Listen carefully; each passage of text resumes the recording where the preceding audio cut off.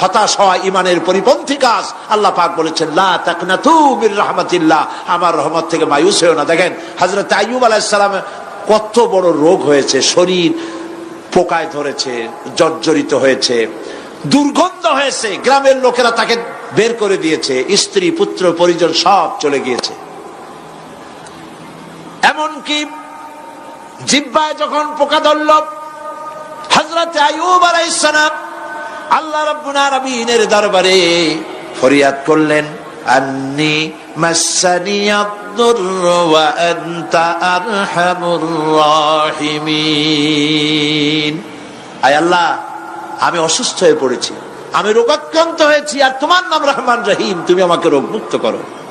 হযরত আইয়ুব আলাইহিস সালাম আল্লাহর দরবারে ফরিয়াদ করলেন, রব্বুল আলামিন সারা শরীরে পোকায় জর্জরিত হয়ে গেছে, এখন আমার জিহ্বায় পোকা ধরেছে, মাবুদ গো আমি তোমার কাছে ফরিয়াদ করি আমার জিহ্বায় পোকা দিও না, কারণ জিহ্বাটাও যদি নষ্ট হয়ে যায় তাহলে তোমার মতো আল্লাহর জিকির আমি কি দিয়া করব।